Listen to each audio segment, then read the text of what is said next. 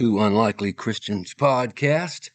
I'm comedian Pat McCool, and today we're actually just going to be one unlikely Christian because Richard is on his honeymoon with his new bride as of last week, so we hope all is going well with him. So today, instead of talking to Richard, I am going to be talking to you, and we're going to be talking about your amazing story. Because most of you don't realize it, but you do have an amazing story, and you're living it right now, and I'm going to try to illustrate it for you. And to do that, I'm going to start by telling you a little bit about my story, which I wrote a book called Bonsai Wasn't Really That Big of a Hill, and the subtitle is One Man's Walk Towards God. I'm not trying to get you to buy it, but it's available in Barnes & Nobles, Amazon, Kindle, just anywhere books are sold. But there's a reason why I'm reading this, because I want you to think about something. So I'm going to read about 8 paragraphs of the first chapter, so stay with me. So here we go. Chapter 1. Actually, the first chapter starts off with, and here we go. I didn't know at the time why I did it. I just remember looking at the sinks in the bathroom of my first grade class in Fort Lee, Virginia. I walked over to the first sink, put the stopper in the drain, and turned the water on. Then I did the same to the 4 remaining sinks. I strolled back into the classroom, sat down at my desk, and went back to coloring monkeys. About 10 minutes later, my teacher glanced towards the back of the room with a concerned look on her face. Water was seeping under the door into the classroom. She walked to the bathroom to find 5 overflowing sinks and the floor covered with water. It didn't take them long to clean it up, and for some reason there was no intensive manhunt to find the culprit. So I got away with it.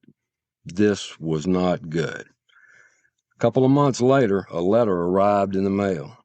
It was a letter that would change my life. We all have moments that change our lives, and they usually don't happen at a preconceived time or highly anticipated event. They happen on a random Tuesday at 4:30 in the afternoon when you're not expecting it. The letter was my father's new assignment. He was going to Vietnam. We were going to Mississippi. Packing up and moving is a common occurrence for a military brat. It's just what you do. You live on one post for a year, you make friends, go to school and get adjusted, then boom, you pack up the station wagon, wave goodbye to your friends, and head across the country. We would stop at a roadside park for a sandwich, pull over on the side of the highway a couple of times so my dad could beat the fire out of me and my brother Mike, then roll into the next town. By the time we left Virginia, I had lived in Fort Benning, Georgia, Hattiesburg, Mississippi, Fort Sill, Oklahoma, and Bad Kissingen, Germany. I had ridden the gondolas in Venice, climbed the Leaning Tower of Pisa, and, well, that's Pisa, and posed for a picture wearing lederhosen and a sailor's hat in front of Michelangelo's statue. I wasn't nearly as amused by the things I had seen and their cultural significance as I was by my grandmother turning purple and throwing up in the gondola or my grandfather ordering food in an Italian restaurant. He glanced at the menu written in Italian, looked up at the waiter and said, "I'll have a bologna sandwich, and Sally here will have a milk of magnesia." We moved to Moss Point, Mississippi, where my dad grew up. My parents, aunts, uncles, and all of my cousins and my dad's side of the family lived there. It was a sad time because my dad was on the other side of the world, but living in Moss Point was a blast. My grandmother, Sally McCool, was the funniest woman I've ever known. She was a large woman with the vocal cords to match, and my cousins Ricky and JJ could make a funeral service burst into laughter. Spending a year and a half around these people removed any mystery of where my sense of humor came from. We moved into a house my grandmother had picked out for us in downtown Moss Point. When I first laid eyes on this thing, a shiver went down my spine. It looked like the house they used for the original set of the Bates Motel. It was an old Civil War-era house with creaking wooden floors and hidden walls in the attic, a perfect place for spooks where I was sure were there to hide while they waited for the sun to go down. If that wasn't enough to keep the covers over my head at night, the abandoned house across the street, formerly the home to Carl E. Lee, Robert E. Lee's brother, had broken windows and was covered with weeds. I was certain that Satan himself had spent time there. I would lay in bed all night with my eyes wide open, waiting for the creature from the Black Lagoon to crawl through my window.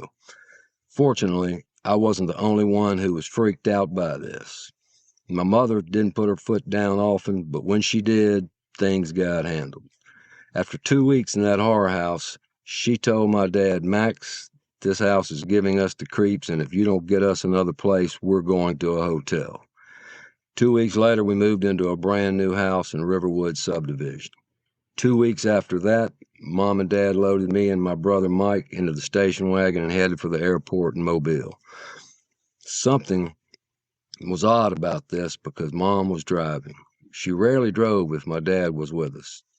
It wasn't until we got to the airport that we figured out why he was in the passenger seat. She stopped the car. They both looked at each other with a look of seriousness that I hadn't seen before. They stared at each other for a moment until their eyes started welling up with tears. He looked back at me and my brother and said, "Now y'all behave yourselves and take care of your mother." He hugged and kissed her and said something under his breath we couldn't hear. He straightened himself up and said, "Okay, Polly," then got out of the car, walked through the fence leading to the plane that would take him away. That's when it dawned on us. We wouldn't see him again until this time the following year. Now, think about what you were doing when you were my age, when you were a child, when you had a moment such as the one that I just had. I had a moment my dad was leaving, kind of pretty traumatic to me. But a lot of you who are listening had things that were far more traumatic. Maybe you had a divorce. Maybe you changed schools, lost friends, felt rejected, lost someone important to you. Maybe you had a lot of friends. Maybe you were the goth kid that had to live in their head. But think of how you handled all of that when you were young, because a lot of you forgot about it. But you've all come through a lot of things, and you've all been very interesting people along the way, whether you realize it or not. As a matter of fact, as I mentioned with the goth kid, some of the most interesting people I've met were people that had to live in their heads because they think and they can keep things to themselves, and a lot of you are the same way. You've gone through a lot of amazing things, a lot of challenges through your life, and you've handled them all. And just what age, think about when you were young and when you were growing up and the things that gave you a punch along the way and how you got through them and how you got over them. I mean, what age did you discover that life really ain't that easy? I don't know if any of you ever read a book. There's a book by F. Scott Peck called The Road Less Travels, and it pertains to everybody that's listening to it because the point is, each of you figured out that life is not easy. The start of the book basically says life is difficult, and the sooner you figure that out, the better off you are. Well, a lot of us take a long time to figure out that life's difficult, but the point I'm trying to bring home to everybody that's listening is, regardless of what age you figured it out, you've dealt with all the difficulty in your life and you've lived an amazing life. Because people think they have to do something extraordinary to be considered amazing, but what you're doing, just living life, is very amazing. I mean, I've known a lot of celebrities. I've known one very well, spent a lot of time with, almost a couple of the formative years of his life when he was becoming famous. And what I found out was what was amazing about him wasn't the talent that was given to him. It was the things he was overcoming in his personal life. Because what people don't realize, so celebrities are just like you. They have a talent. Whatever they do is in public, so everybody thinks, "Oh, that's great." They might be a sports figure, which this person was, one of the most well-known sports figures in America. They may be an actor or somebody that people see, but they're just average people, just like the rest of us. I mean, just like everyone else. What they go through in life and what they overcome is the real amazing part of what they done through life. And if you're listening to this and you're an adult, you've overcome some incredibly amazing things to get to where you are. You've had punches in the face. You've overcome difficult things. And the main thing is a lot of people don't make it. A lot of people haven't made it to where you are. They haven't accomplished and done the things that you've done. And the accomplishing of the things is the stuff that you do on a regular basis. It's just getting up, living life, taking care of business, and dealing with all the things that have come your way. Like I said, when I was talking about childhood, a lot of times people forget that, and they go through life and they forget all the little things they've overcome. Did you overcome parents that were a divorce? Moving away from home, losing friends, losing important people in your life. I'll guarantee you, people out there listening to me, you've dealt with that and you've overcome it, and it's made you what you are, and it's been part of this tapestry of your amazing story. And you do have an amazing story. And you've had things in your life that you've had to overcome, and you just don't realize it. I was talking to a guy the other day, and he's a student at the University of Southern Mississippi, and the guy's really stressed out. He's a senior in college, and he's just wanting to get through his degree and get on with his life. And he starts telling me, well, I said, well, you're doing this and you're almost done. And he said, I'm trying. Well, yeah, I'm trying. Well, he's not trying, just like none of you guys are trying. You're doing it. You're accomplishing things on a daily basis. Everything you've done to get to this point in life, navigating whatever you navigated in childhood, navigating all the punches that were thrown your way, navigating all the changes that have come into your life, and you're still getting through it. Now, some of you might be struggling right now. Some of you might be doing very well. But the fact is, you're leading an amazing life, and you don't really realize it. And it's very interesting, and far more interesting than you think it is. And I always tell people, like I told that kid, as he starts telling me, well, I'm trying. I said, no, you're not trying. I said, you're doing it. You're already a senior in college. Look what all you've come through. And then he started mentioning all the places where he lived and his family and how they moved around and all the different things he had led to that point. And it's really an incredible story. You didn't have to go out and do a lot of the stupid stuff I did. People think that I had this interesting life because of all the things that I had gone through. But a lot of the most amazing things is not going out and doing crazy things, but living life, taking care of business, doing what you need to do, and overcoming all the things that you overcome, making a difference in people's lives and family. And people don't realize how interesting and how unique they really are. Because in the Bible, it actually says, if you think about it, in Psalm 139:2-4, God says, you know when I sit and when I rise, you perceive my thoughts from afar. You discern my going out and my lying down. You are familiar with all my ways. Before a word is on my tongue, you, Lord, know it completely. Throughout this verse, it's clear that God sees each person as an individual created in his image for a purpose that is specific to them. The verse points to the fact that each person has unique gifts and talents and has a role to play in a world like anyone else. And what I'm trying to tell everyone that's listening, you're playing that role, whether you realize it or not. And it's pretty amazing how well you're doing it, whether you realize it or not. You see, the average person, well, I don't want to say average because nobody's an average person, but you think you're average, but you don't realize that we rarely see ourselves as other people do. We rarely see the impact we're making. We rarely see what other people are thinking. And as a matter of fact, we don't even really know what we look like because all we ever see is a reflection of ourselves. So we have this image of what we're going through life and what we're doing or not doing. As a matter of fact, studies have shown that the average person is 4 times more attractive than they think they are. Because when all we look in the mirror, what do? We always think of the negative parts about us. We think of either what we haven't accomplished, what we didn't do, or how we look. As a matter of fact, I hate watching myself when I'm doing comedy skits. when I've had an agent or so say, hey, pick out a few clips and I got to go back and watch one of my shows, I don't want to watch it. All I see is in there. I was like, oh my gosh, look at my pants are sliding off. Geez, I didn't realize how fat I was going.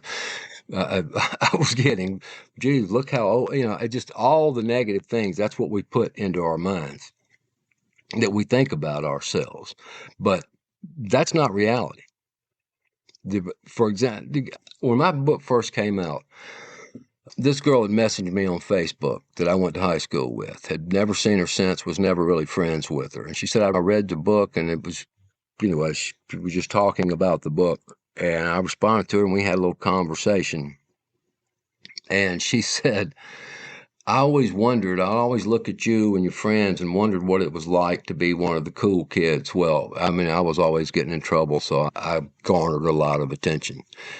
And what she didn't realize, it was so ironic that she said that, because I remember looking at her thinking she was very quiet. She was a pretty girl. She just took care of business and went on her way. I was looking at her thinking, wow, what would it be like to not be in trouble all the time, to be the person that doesn't always have to try to act like a fool to try to get attention? The point was, I always admired her. While she's looking over thinking I'm living some special life because I'm always getting in trouble, or I'm always kind of making a name for myself doing nefarious things, I'm looking at her with admiration thinking, wow, I admire the person that's living the life that she's living. And she was living a more amazing life than I was at the time, if you ask me. And people a lot of times don't realize what all they're doing. For example, I did a show in Lexington, Kentucky a little while back, and I flew into Cincinnati, which is about an hour and a half north of Kentucky. Lexington, where it's the church is called Old Paris Road Church of God, pastored by a fantastic pastor named Joseph Grant. So he drove up to pick me up because it was the easiest way to get into Lexington with the flights coming out of New Orleans. And on the ride down, we start talking about me. He's read my book and he's asking a few questions about it. And I'm kind of preparing for the show and that type of thing. But then on the way back, we start having a conversation, and I start asking him about his life. Like, where were you born? Where did you grow up? Because I find everybody's story amazing. I find it amazing that a person was born here and moved over here and changed schools there, overcame a parent's divorce, and then all of you've lived through. Not divorce necessarily, but many of you have, but all the changes in life, all the different things, all the times you were a kid that you had to move and you had to adjust to things and you had to learn to things, or you got rocked out of your comfort zone. And I just find people amazing. So I started asking him this question, and he starts telling me this story about he was living in Georgia, I think outside of Atlanta. His father was a Church of God pastor. He's a Church of God pastor now. And his mother and father divorced. That had to be a punch in the stomach, especially to a kid growing up in a pastor's family, Church of God family. Your whole world gets rocked. But he keeps the faith and he goes on to school. And then when he gets out of high school, he decides he wants to go to a Bible college. And I don't remember the name of the college because I'm having to do a little sketchy on some of the details. But he goes to a college up north. Turns out that college wasn't really for him. And he leaves and goes back to West Georgia College. And he goes through school, graduates, becomes the youth pastor at their church. And he's doing a fantastic job as the youth pastor as the church. He's hired on full time. He wants to begin his ministry. Everything is going well. And one day they come in and they tell him they're replacing him as youth pastor, even though he had gotten all kinds of plaudits and everybody loved him, and they were replacing him with someone else. And the truth was, there was a very powerful man in the Church of God that either had a son, a relative, or somebody that they gave the job to. And so Joseph was pretty much devastated by this. He loses the job, but he stays with the church. And one day he ends up doing something else. He gets involved with the church, not being that youth pastor, takes him to somewhere in Texas where they're having a conference. He's at this conference, and while he's at the conference, he meets this girl. The girl, he ends up marrying the girl, Heather. She ends up becoming his wife. They now have 2 children, and so he meets his wife because he lost that job, and he lost that job, and he was devastated by it. But in those changes, he overcame those changes. He does something different. It ends up being a better path for him, but he meets his wife, and then a couple of years later, he goes back to Georgia. He gets a call from the man that cost him his job. I joked with him about, yeah, that guy's the one that got you fired and got the other person's job. He said, well, I don't really think like that. And I'm like, yeah, well, I'm a little more seedy than you are, and this is what actually happened, Joseph. Well, it did happen, but it turned out that guy knew that there was an opening coming up for a pastor in Lexington, Kentucky, recommended him and ended up getting him that job as the pastor. Now he's the pastor of this thriving church, 2 beautiful children, beautiful wife, and they're making a huge difference in people's lives. And if you look at all the little things that led up to him, the divorce in his family, moving 2 or 3 times, all of that to me means he's had an amazing story in his life. And if most of you think about what I'm talking about, you've had things like that have happened too. You've had setbacks. You've had things where you've been punched in the face that you've overcome, that you've dealt with, that have taken you to where you are now. And it's an amazing story that you live. It's just like the kid that was going through trying to get his degree at Southern Miss. He'd had an amazing story. He's had an amazing life, and he's about to get his degree. And he was telling me that when I asked him how he's doing, he said, well, I'm trying. Well, he's not trying. He's doing it. Just like all of the rest of you aren't trying, you're also out there doing it. You're taking care of business, and you're building the tapestry of an amazing life. And I can tell you, you've also made a bigger impact in people's lives than you think you have. I promise you, there are people that you've touched along the way that your footprint has made an impact on all throughout your life. As a matter of fact, I think about started to do this podcast.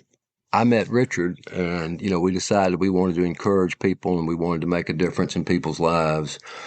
And so we started doing the podcast. And I have a way of looking and seeing that where everybody listens from. And we're in like 120 cities around the country. We're in about 17, 18 countries I didn't even know existed. And you can look each day or at the end of every week, and it'll tell you where everybody's listening from. And we have some that just kind of come in and might not stay because, of course, I ain't for everybody. But we have what I call repeat offenders, and that's people that continue to listen and continue to log back in. And some will pick up 3 episodes, and then they'll come back and get 2 more and that type of thing. But some were very consistent. And when we first started doing it, I'm thinking, okay, Richard wants to do this, so we're going to do this, and we're going to see if we can't make a difference in people's lives. So I was paying attention to these towns, and I noticed the ones that consistently, and there's a number of them out there where people consistently listen to what we're doing. And one of them stuck out as a place called Bourne, Texas. Now, whoever is in Bourne, Texas, I hope you're listening right now, because I started noticing that when I would we would publish a new episode, one of the first people that came in was Bourne, Texas. Now, there's numerous cities out there that do that, but I noticed that one because I'd never heard of it, but it's obviously a place a little north of San Antonio. And each week, when we would work to do the podcast, sometimes it's not easy to squeeze them in. I'm traveling, doing shows. Richard's got his work over there, but we continue to force them in. And I would do them, and I would turn that on, and within about 24 to 48 hours, I would look over and think, hey, look at that. There's Bourne, Texas. So whoever you are, I don't know if you're a man, woman. I don't know if life's going great for you. I don't know if you're going through struggles. I don't know what it is, and I don't know if you tune into this for encouragement. But I just want you to know that every time I looked on there and saw where you had listened to what we were doing, you were actually encouraging me. So you didn't know it, but you were making an impact by picking up your phone or your computer and just clicking on this. You see how easy it is to make a difference in people's lives that you don't know, and most of you out there are doing that throughout your lives. You're impacting people, you're impacting your family, you're making a difference, and you're living an amazing life and an amazing story. You've overcome a lot, you've been punched in the face a lot, and you're not trying to do anything. You're doing it. And your God in heaven, the God that created everything, is watching everything you're doing. He knows every hair on your head, and he sees you as a very unique and special person. And I guarantee you that you're living an amazing life in his eyes and in the eyes of a lot of others. And I just wanted to point out today that you ought to stop, take the time, and realize it. So when you get up in the morning, when you look in the mirror, when you go to work, when you're tired, whatever you do, when you see that reflection, because that's all you really see is your reflection. You don't see what everybody sees back. But when you look in that, you should tell yourself, I'm living an amazing life. I am creating an amazing story. God is watching me. God's loving me. And I am making a difference in life. And you ought to realize that.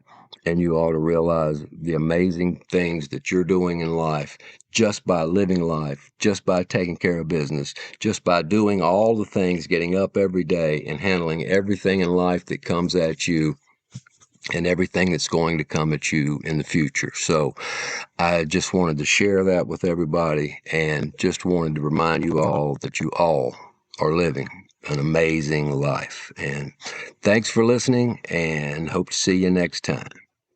God bless you and take care.